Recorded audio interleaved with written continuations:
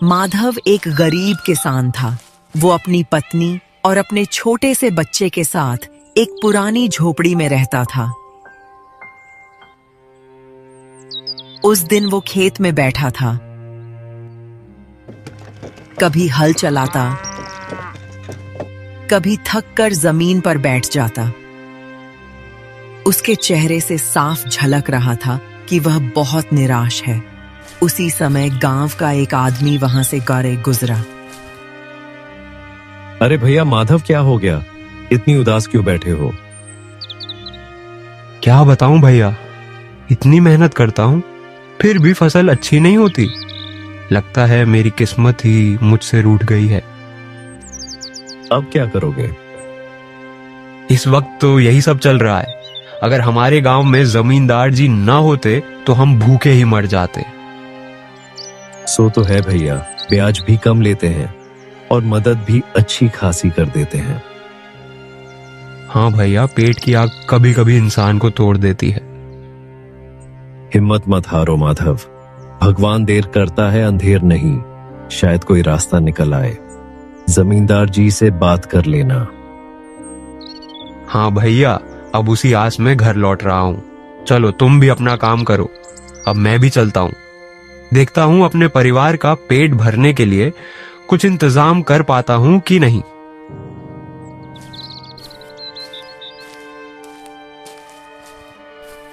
जमींदार अपने घर के सामने खड़े थे। गांव भर में उन्हें सबसे ज्यादा पढ़ा लिखा और समझदार माना जाता था। तभी एक बूढ़े आदमी घनश्याम काका लड़खड़ाते कदमों से वहां आए। आंखों में आंसू थे, आवाज कांप रही थी जैसे उनकी पूरी दुनिया उजड़ने वाली हो। जमींदार जी, अब तो बस आप ही सहारा हैं। मेरी बेटी की शादी है। अगर धन नहीं मिला तो मेरी सब कुछ मिट्टी में मिल जाएगा। वे हाथ जोड़कर रोने लगे। अरे काका, ऐसे क्यों घबरा रहे हो? मैं हूं ना, मेरे होते हुए तुम्हें कुछ नहीं होगा। भगवान आपको सलामत रखे। जमींदार जी, आप नहीं होते तो मैं बर्बाद हो जाता। जमींदार ने अंदर से धन मंगवाया और उनके हाथ में रख दिया। ले जाओ काका, ले जाओ। अपनी बेटी की शादी अच्छे से करना। घनश्याम काका बार बार धन्यवाद देते हुए वहां से चले गए।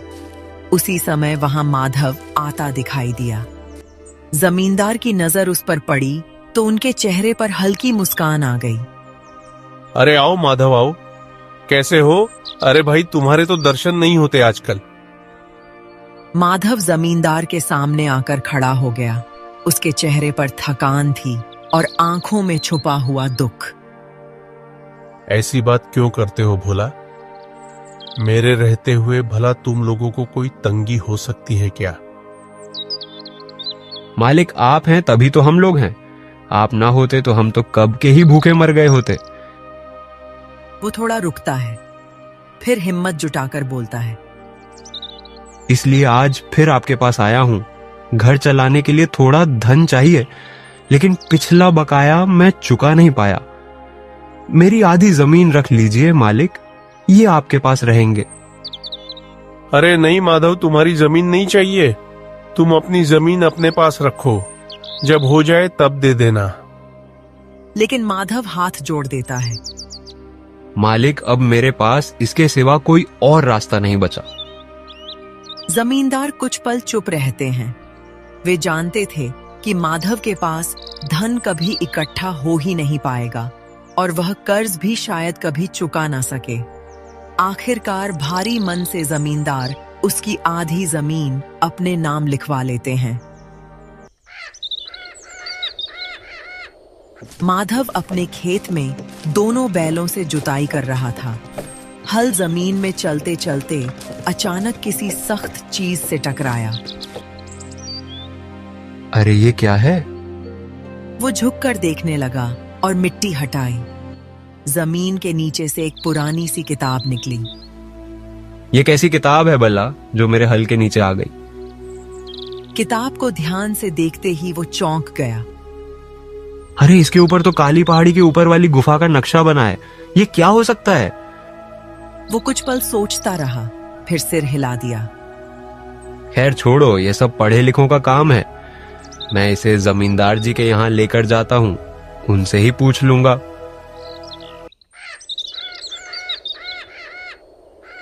माधव किताब लेकर जमींदार के पास पहुंचता है।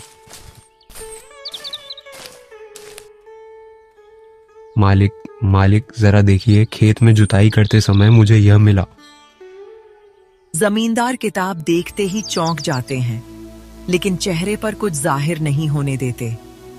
अंदर ही अंदर सब समझ जाते हैं। अरे माधव, यह तो बस कागज की रद्दी है, इसका कोई मतलब नहीं।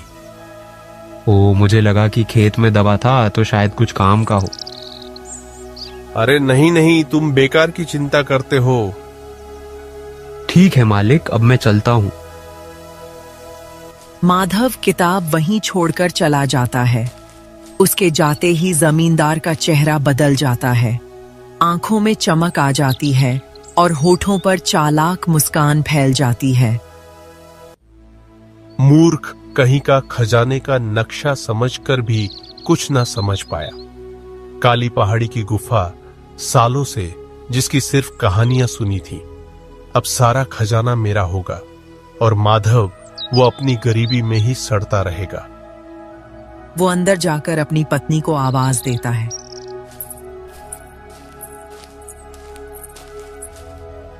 क्या बात है जी, आज इतने खुश क्यों लग रहे हो? माधव ने आज ऐसी मूर्खता की है कि हमारा भाग्य ही खुल गया। कैसी मूर्खता? खजाने का नक्शा दे गया। काली पहाड़ी की गुफा में ढेर सारा धन छुपा है और उसे कुछ पता ही नहीं है। तो आप क्या सोच रहे हो? कल सुबह अकेले जाऊंगा, खजाना भी मेरा होगा और किसी को खबर तक नहीं लगेगी। अगली सुबह जमींदार काली पहाड़ी की ओर जाने की तैयारी करके घर से निकल पड़ता है। अब मैं पहले से भी ज्यादा धनवान बन जाऊंगा। इतना धन होगा कि सब मेरे आगे झुकेंगे। वो हल्की मुस्कान के साथ आगे बढ़ता है। कौन जाने किस्मत ने साथ दिया तो राजा भी बन सकता हूं। धन के आगे तो सब रास्ते अपने आप खुल जाते हैं। उसी समय सामने से माधव आता दिखाई देता है। अरे मालिक, कहाँ जा रहे हैं? बस थोड़ा सा काम था, पास के गांव जा रहा हूं। तुम बताओ कैसे हो? ठीक हूँ मालिक, आप कहाँ जा रहे हैं ये तो बता दीजिए। मैं रोज की तरह अपने खेत में जाऊंगा, फिर जो काम है दूसरे गांव में वो सारे काम करके आऊंगा। जमींदार हल्का सा सिर हिलाता है और आगे बढ़ जाता है, लेकिन उसके चेहरे की मुस्कान कुछ और ही कहानी कह रही थी।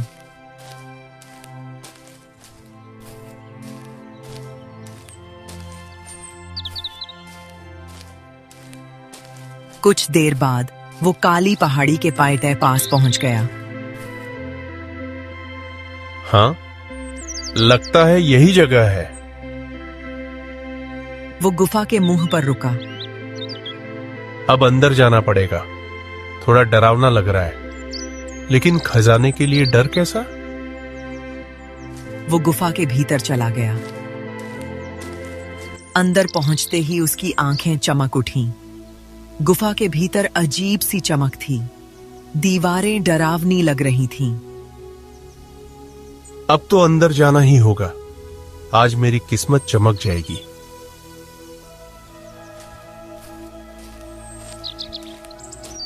तभी दीवार के पास उसे एक छोटा सा 1 पैसे का सिक्का दिखाई दिया। वह उसे उठाकर हथेली में रख लेता है। धत तेरी की, इसी के लिए मैं इतनी दूर मेहनत करके आया था। इससे ज्यादा धन तो मेरे पास पड़ा है। इस 1 पैसे से मेरा क्या होगा? गुस्से में वो सिक्का जमीन पर फेंक देता है। ऐसे धन से अच्छा तो मैं अपने घर पर ही रह जाता। अचानक गुफा के भीतर तेज रोशनी फैल जाती है। वो रोशनी सीधे जमींदार के शरीर पर पड़ती है। जमींदार चीख भी नहीं निकाल पाता और पल भर में वहीं झलकर राख हो जाता है।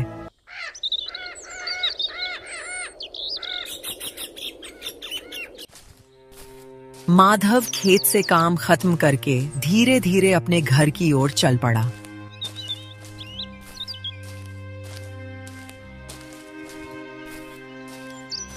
झोपड़ी में कदम रखते ही उसकी पत्नी सावित्री की चिंता भरी आवाज सुनाई दी। अब तो घर में एक दाना भी नहीं बचा है। गोपाल को क्या खिलाऊं?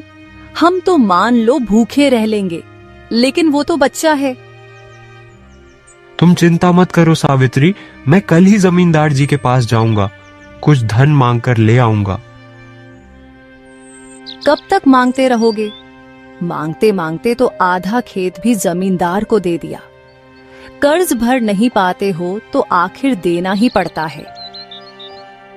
वो कुछ पल रुकती है, फिर याद करके पूछती है, तुम बता रहे थे ना कि खेत में तुम्हें एक किताब मिली थी, क्या हुआ उसका? अरे सावित्री, क्या बताऊं, मैं उस जमींदार के पास ले गया था। उन्होंने कहा सब रद्दी है, बेकार कागज और वहीं फेंक दिए।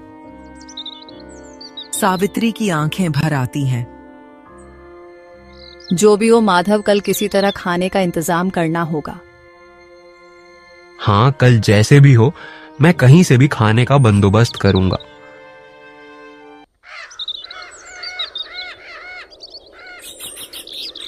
सुबह सुबह माधव जमींदार की हवेली की तरफ निकल पड़ा। कदम भारी थे, मन में चिंता और आंखों में मजबूरी। रास्ते में उसे हरिया मिलता है। अरे माधव, कहाँ चला इतनी सुबह सुबह? जमींदार जी के यहाँ जा रहा हूँ भाई, कुछ मदद की आस है। हरिया थोड़ा पास आकर धीमी आवाज में बोलता है, मैंने सुना है तुमने आधी जमीन जमींदार को दे दी। हाँ, हरिया दे दी। अरे इतनी बड़ी कीमत, और कोई रास्ता भी तो नहीं था भाई। अगर कोई और उपाय होता तो अपनी जमीन यूं ही थोड़ी दे देता। पर कब तक इतने कर्जे में डूबे रहोगे? जब तक सांस है तब तक कोशिश है बच्चे का पेट पलते रहे, जमीन बाद में देखेंगे। हरिया कुछ कहना चाहता है, फिर चुप रह जाता है। भगवान करे तुम्हारे दिन भी लौट आए। बस उसी भरोसे चल रहा हूं भाई। इतना कहकर माधव आगे बढ़ जाता है। उसकी नजरें अब सीधे जमींदार की हवेली पर टिकी होती हैं।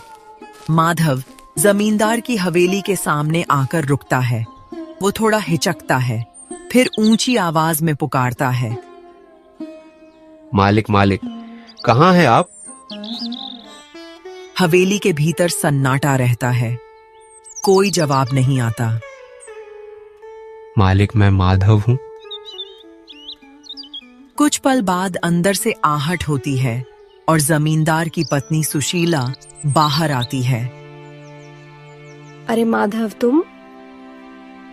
मालकिन, मालिक जी दिखाई नहीं दे रहे थे, इसलिए आवाज लगाई।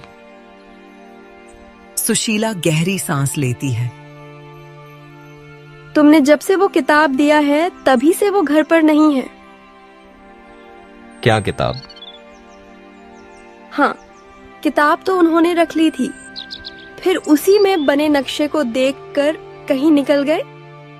कल सुबह से ही गए हैं, अभी तक लौटे नहीं। ना कोई खबर, ना कोई संदेश। मुझे बहुत चिंता हो रही है माधव। माधव का चेहरा गंभीर हो जाता है। मालकिन, आप घबराइए मत, मैं पता लगाऊंगा कि मालिक कहाँ गए हैं। तुम पता लगाओगे? हाँ मालकिन, जरूर। थोड़ा रुककर सुशीला पूछती है, वैसे तुम यहाँ किस काम से आए थे माधव? मालकिन, कुछ धन की जरूरत थी, घर की हालत बहुत खराब है। अच्छा देखो, जब वो आ जाएंगे तो उनसे ले लेना। अभी तो वही जरूरी है कि वो सही सलामत लौट आए। आप ठीक ही कह रही हैं मालकिन। सुशीला अचानक कुछ याद करके बोलती है। माधव, तुम्हें तो उस नक्शे के बारे में सब पता है ना? कहाँ का रास्ता है, कौन सी जगह दिखाई गई थी? हाँ मालकिन, वो जगह मुझे अच्छी तरह से याद है। नक्शा अब भी मेरे दिमाग में बैठा हुआ है। तो फिर तुम जाओ, देखो, पता करो कि वो कहाँ गए हैं, उन्हें क्या हो गया है। आप चिंता मत करिए मालकिन, मैं अभी निकलता हूँ। मालिक को खोज कर जरूर ले आऊंगा। अगर तुम उन्हें ढूंढ लाए तो मुझ पर बहुत बड़ा एहसान होगा माधव। ऐसी बात मत कीजिए, मालिक मेरे अपने हैं, मैं उन्हें खोज कर ही लौटूंगा।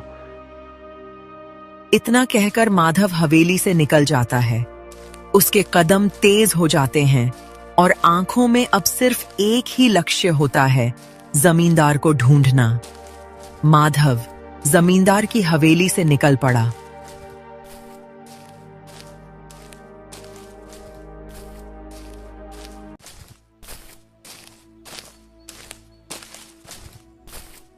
उसके कदम तेज थे, लेकिन मन में डर और चिंता दोनों थे। मालिक ऐसे बिना बताए कहीं नहीं जाते, जरूर उस किताब की वजह से गए होंगे।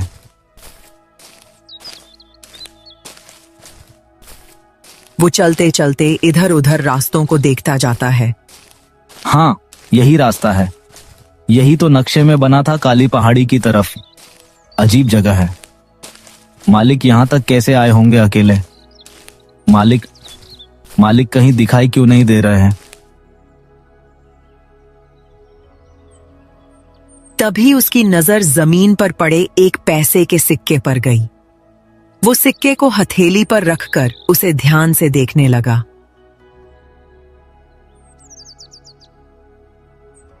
अरे ये तो एक पैसा है, धन छोटा हो या बड़ा, धन तो धन होता है। जिसके पास कुछ भी नहीं, उसके लिए तो ये किसी खजाने से कम नहीं है। वो उस एक पैसे को दोनों हाथों से सम्मान से पकड़ लेता है। तू भले ही छोटा है, पर तेरी अब भी कीमत है। इतना कहाँ ही था कि अचानक वो एक पैसा उसकी हथेली से गायब हो जाता है। माधव चौंक कर इधर उधर देखने लगता है। अरे ये कहाँ गायब हो गया? उसी पल गुफा के कोने में रखी एक पुरानी संदूक पर उसकी नजर पड़ती है। संदूक के भीतर सोना, चांदी, हीरे और मोती चमक उठते हैं।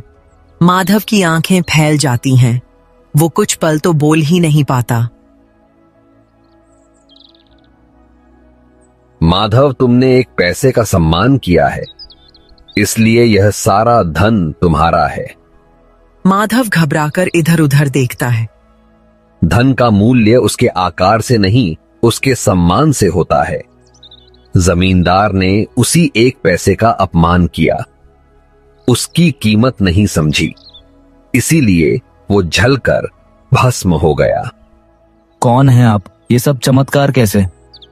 लेकिन अब कोई आवाज नहीं आती। गुफा फिर से शांत हो जाती है।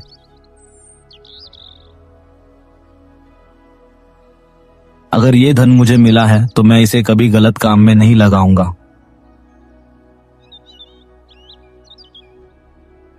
वो संदूक को संभालकर उठाता है और भारी कदमों से गुफा से बाहर निकलकर अपने घर की ओर चल पड़ता है। माधव घर की दहलीज पर आकर जोर से बोला, अरे सावित्री, कहाँ हो तुम?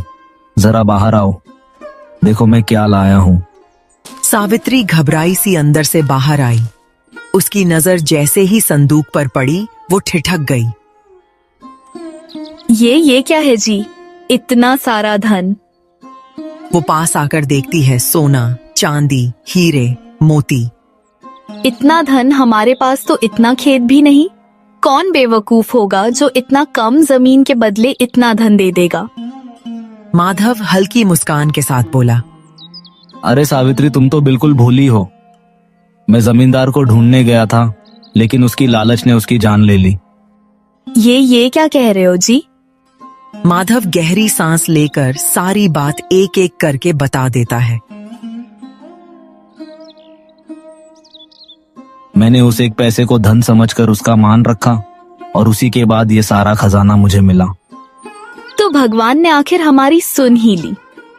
ये धन हमारे लिए नहीं है सावित्री, ये उन सबके लिए है जो हमारी तरह दुखी हैं।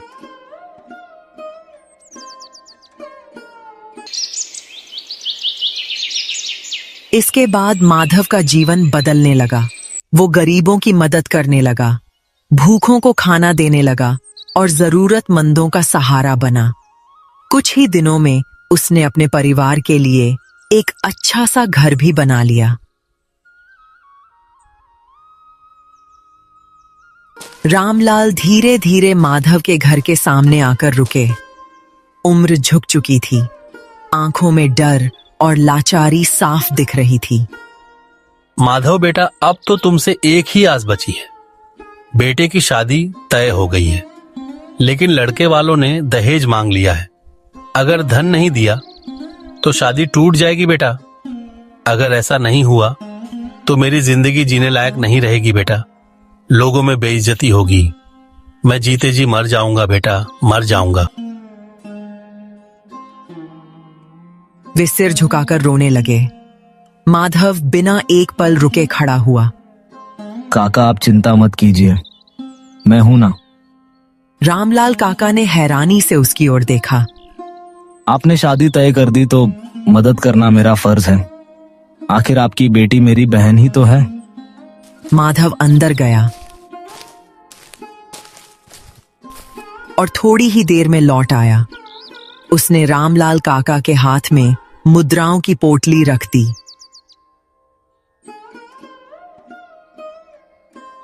ये रखिए काका, शादी अच्छे से कराइए, किसी से हाथ मत जोड़िए और जरूरत पड़े तो जरूर कहना। अरे माधव, इतने में तो आराम से मेरी बेटी का विवाह हो जाएगा। भगवान तुम्हारा भला करे।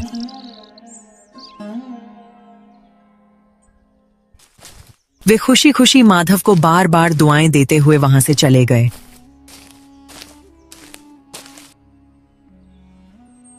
माधव घर के अंदर आता है। सावित्री चुपचाप एक तरफ बैठी होती है। चेहरे पर नाराजगी साफ दिख रही थी। क्या हुआ सावित्री, ऐसे चुप क्यों बैठी हो? क्या बताऊं, सोच रही थी अगर तुम ऐसे ही सबको धन देते रहे तो हमारे पास बचेगा क्या। माधव कुछ बोलने ही वाला होता है, पर सावित्री की बात रुकती नहीं। हमारा भी तो बेटा है, उसका भी भविष्य है। क्या सारा धन बांट दोगे? सावित्री, ये धन मुझे यूं ही नहीं मिला, ये लोगों की मदद करने के लिए मिला है। मैं उसी काम में लगाऊंगा। तो क्या सिर्फ दूसरों के बारे में ही सोचोगे, अपने बेटे के बारे में नहीं? मैं उसके बारे में भी सोचता हूँ, लेकिन अगर आज हम दूसरों का सहारा नहीं बनेंगे तो इस धन का मतलब ही क्या रह जाएगा। सावित्री कुछ पल चुप रहती है, फिर धीरे से बोलती है। आधा धन तो तुमने बांट ही दिया है, जो आधा बचा है कम से कम उसे तो अपने बेटे के लिए रखो।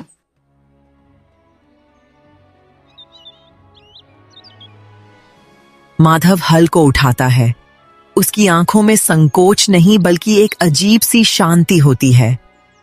सावित्री, अगर यह धन किसी भूखे का पेट भर दे, किसी बेटी की शादी करा दे, तो समझो हमारे बेटे की भी खुशी उसी में रहेगी। मैं खेत जा रहा हूं। माधव घर से निकल जाता है। सावित्री अकेली बैठी रह जाती है।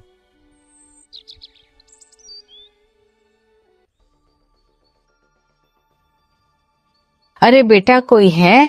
थोड़ी मदद कर दो। सावित्री ने यह सुना तो उसका गुस्सा और बढ़ गया। देखो तो अब ये कौन है? वो बाहर निकल कर आई। सामने एक बहुत बूढ़ी औरत खड़ी थी। झुकी हुई कमर, कांपते हाथ और थकी हुई आंखें। क्या करने आई हो, साफ साफ बताओ। बेटा, मेरी मदद कर दो। मेरे बेटे ने मुझे घर से निकाल दिया है। पास के जंगल में एक टूटी सी झोपड़ी में रहती हूँ। कई दिनों से ठीक से खाना भी नहीं मिला। थोड़ा धन और कुछ खाने को दे दो। जिसे देखो वही हमारे दरवाजे पर आ जाता है। आपका बेटा आपको छोड़कर भाग गया तो आप किसी और पर बोझ क्यों बन रही हो? क्या हमने यहाँ धर्मशाला खोल रखी है जो आए वही हमारे भरोसे बैठ जाए। बेटा देना नहीं है तो मत दो, पर इतना कठोर बोलना तो ठीक नहीं है ना। बूढ़ी माँ, मेरा भी तो एक बेटा है, मुझे उसके भविष्य के बारे में भी सोचना पड़ता है। बूढ़ी औरत ने उसकी तरफ देखा, हल्की सी मुस्कान आई। उसने कोई शिकायत नहीं की। बेटी, भगवान तुम्हारे बेटे को लंबी उम्र दे।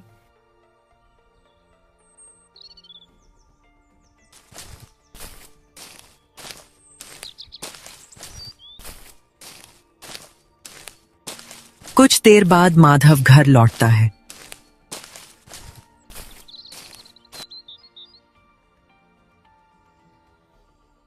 सावित्री, तुमने शारदा काकी की मदद क्यों नहीं की? तुम्हें कैसे पता उनका नाम शारदा है? उन्होंने ही मुझे अपनी पूरी कथा बताई। तुम्हें ऐसा नहीं करना चाहिए। क्यों नहीं करना चाहिए? अगर सारा धन बांट देंगे तो हमारे बेटे के लिए क्या बचेगा? तुम गलत कर रही हो सावित्री। दोनों अंदर गए ही थे कि अचानक उन्होंने देखा उनका बेटा बिस्तर पर बेहोश पड़ा था। ये क्या हो गया मेरे बेटे को? जल्दी वैद्य जी को बुलाओ। कुछ ही देर में वैद्य जी आए। नाड़ी देखकर गंभीर हो गए, हो बीच सो गए। अब इसे ठीक करना मुश्किल है। ऐसी हालत बहुत देर तक रही तो जान को भी खतरा हो सकता है। यह सुनते ही दोनों के पैरों तले जमीन खिसक गई। कोई उपाय बताइए वैद्य जी, कोई उपाय, कोई भी उपाय बताइए। इसकी बीमारी बड़ी विचित्र है। मुझे लगता है तुम्हें जंगल में रहने वाले बाबा विशिष्ट के पास जाना चाहिए।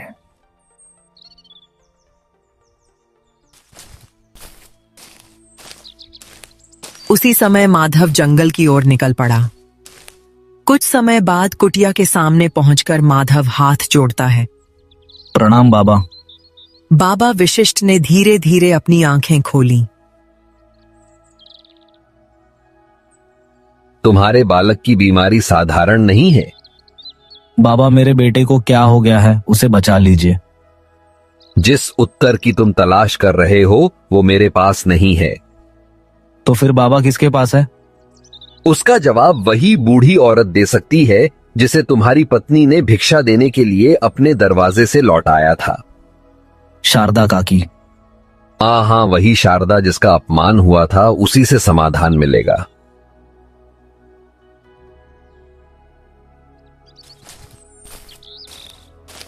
माधव जंगल के भीतर उस कच्चे रास्ते पर चल रहा था। दिल घबराया हुआ था। आंखों में बस बेटे का चेहरा घूम रहा था। थोड़ी दूर जाने पर उसे झोपड़ी दिखाई दी। शारदा काकी, ओ शारदा काकी, बाहर आओ। कुछ पल बाद वही बूढ़ी औरत सामने खड़ी थी, शांत, गंभीर और गहरी नजर वाली। काकी, मेरी पत्नी की सजा मेरे बेटे को मत दीजिए। उसने नादानी में कड़वे शब्द कह दिए, पर सजा मेरे बच्चे को क्यों मिल रही है? मैं वो सारा धन आपको लौटा देता हूँ, बस मेरे बेटे का जीवन बख्श दीजिए। तुम्हारी पत्नी को अब भी ऐतराज होगा। नहीं काकी, उसे सब समझ में आ गया है। जब से उसने जाना है कि बेटे की यह हालत उसकी गलती से है, तो वो बार बार अपने के पर रो रही है और माफी मांग रही है। क्या आप कोई जादूगरनी है काकी? शारदा काकी हल्की मुस्कान के साथ सिर हिलाती हैं। मैं कोई जादूगरनी नहीं हूँ माधव। जो खजाना तुम्हें मिला था वो कोई साधारण खजाना नहीं था, वह शापित खजाना था। शापित? हाँ, उस खजाने की देखभाल और रक्षा करना ही मेरा काम है। मुझे कुछ समझ नहीं आ रहा है काकी, इतनी सी बात के लिए इतना सब क्यों हो रहा है? सब समझ में आ जाएगा माधव, पर उसके लिए तुम्हें एक कहानी सुननी होगी, तो सुनो। आज से लगभग 50 वर्ष पहले की बात है। एक शांत गुफा और सामने बैठे थे बाबा विशिष्ट। उनके सामने हाथ जोड़कर बैठी थी एक समझदार लेकिन अकेली शारदा। बाबा, मैंने अपनी सारी जमीन जायदाद बेच दी है। अब मेरे पास जो भी धन है मैं उसे अपने लिए नहीं रखना चाहती। तो फिर तुम चाहती क्या हो शारदा? मैं चाहती हूँ बाबा, यह धन किसी ऐसे इंसान को मिले जो लालच से दूर हो और जरूरतमंद की मदद करने से कभी पीछे ना हटे। लेकिन दुनिया में ऐसे लोग बहुत कम होते हैं। इसलिए बाबा, मैं इस धन की परीक्षा लेना चाहती हूँ। अगर परीक्षा लेनी है तो इस धन को साधारण नहीं रहने दिया जा सकता, पर यह धन उसी को मिले जो इसके योग्य हो। तब सुनो शारदा, यह धन अब शापित खजाना बनेगा। शारदा चौंकती है लेकिन डरती नहीं। हाँ, इस खजाने की पहचान के लिए वहां केवल 1 पैसा रखा जाएगा। जो उस 1 पैसे की असली कीमत और उसका महत्व समझ लेगा, वही उस पूरे धन का सच्चा अधिकारी होगा। और अगर कोई लालच में आ गया तो उसके घर में मृत्यु निश्चित होगी। फिर गहरी खामोशी छा जाती है। कुछ पल बाद बाबा फिर बोलते हैं, और सुनो शारदा, तुम स्वयं इस खजाने की रक्षा करोगी। समय समय पर तुम लोगों की परीक्षा लोगी, कभी भिक्षा के रूप में तो कभी एक बूढ़ी औरत बनकर। जो मन से देगा वही सच्चा होगा। मैं तैयार हूं बाबा।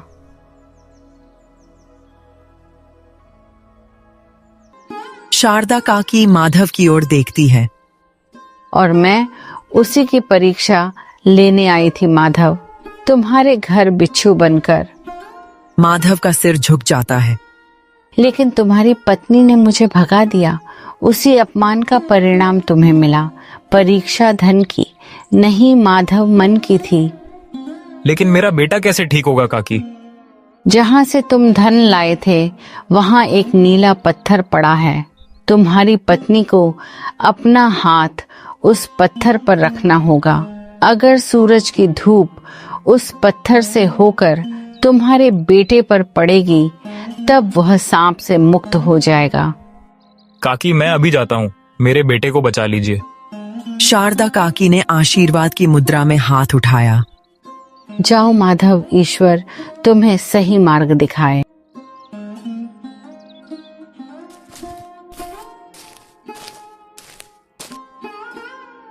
माधव उसी जगह पहुंचता है जहां से उसे वो धन मिला था। चारों ओर सन्नाटा था। गुफा के पास जमीन पर एक नीला पत्थर पड़ा चमक रहा था। माधव उसे दोनों हाथों से उठाता है। वो पत्थर लेकर तेजी से घर लौटता है। माधव नीला पत्थर जमीन पर रखता है। सावित्री अपना हाथ उस पत्थर पर रखती है। उसी पल सूरज की तेज धूप पत्थर से टकराकर एक उजली किरण बन जाती है। वो रोशनी सीधी उनके बेटे के शरीर पर कुछ पल तक सब शांत रहता है। फिर बच्चे की उंगलियां हिलती हैं।